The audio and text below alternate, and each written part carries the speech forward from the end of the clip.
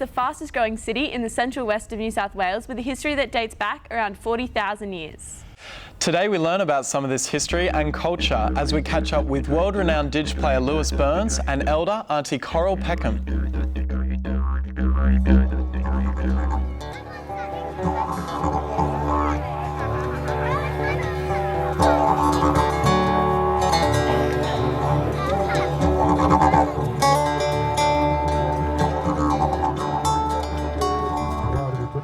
Hey guys, today we're in Dubbo here at the Talbragar Reserve. We're going to be learning a bit about the Aboriginal culture. Let's take a look.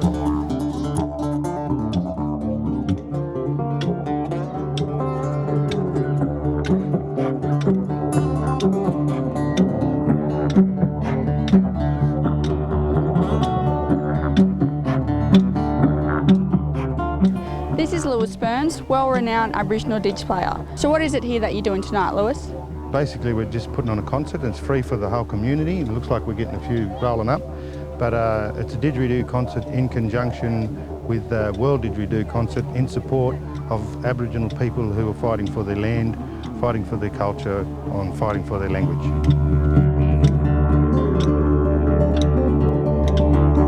Tell us about the Aboriginal people in this area. Well, we're standing on actually Talbragar Aboriginal Reserve, and this is the land where I come from and where all the people in my extended family come from. Nobody's living out here anymore, but we still hold it sacred in our hearts, and this is where a lot of us come to ground ourselves. We're at the northern end of the Wiradjuri Nation. It's actually one of the biggest tribal areas in Australia, and it's bigger than Tasmania in area.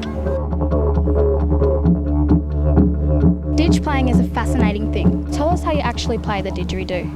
Well, didgeridoo is basically your lips slapping together when you're playing. So you've got to put your mouth on the hole on one end and let your lips vibrate into the didgeridoo. It's not blowing, but it's more of an airflow. Can you show us? Yeah, well basically it's this action.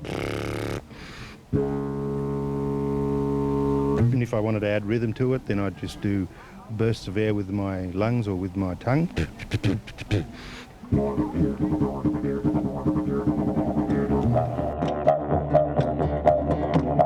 Circular breathing, what's that? Well, it's actually playing the didgeridoo without stopping for air. So whenever you need air, you take it in through your nose. So you catch an air in your mouth, you spit that air out with your tongue and cheeks, like that, but you take air in through your nose at the same time. And you keep the drone going. So if you listen, I'll take a few breaths in while I play and you'll hear the breaths.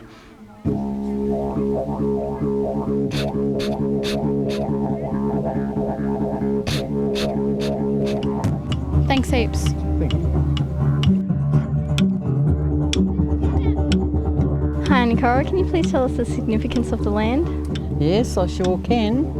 I'm the youngest of 5 children of Maisie Burns, who was my mother, who was born out here in 1915. I was born in Dubbo in 1948 and we lived in town by that time, but we used to come out every weekend and see all the elders. When I was a teenager, I wasn't allowed to vote, and neither was a lot of Aboriginal people. Back in the 30s, my grandfather went all over Australia fighting for the rights of Aboriginal people to be treated as equal. When they signed the paper to acknowledge the referendum, it was actually signed here on Talbragar. We also had another uncle named Tracker Riley. He was a black tracker, so us kids used to learn how to track, and I still do today, and I teach kids today.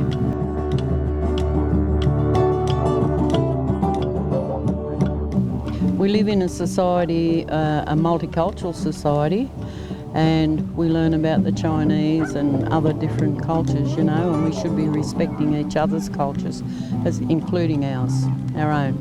Thanks a lot for your time, Auntie Coral. You're welcome. If you live in Australia and don't know about your Aboriginal culture in your area, do yourself a favour and find out. I'm Alinta. And I'm Amanda. And you're watching The Crew.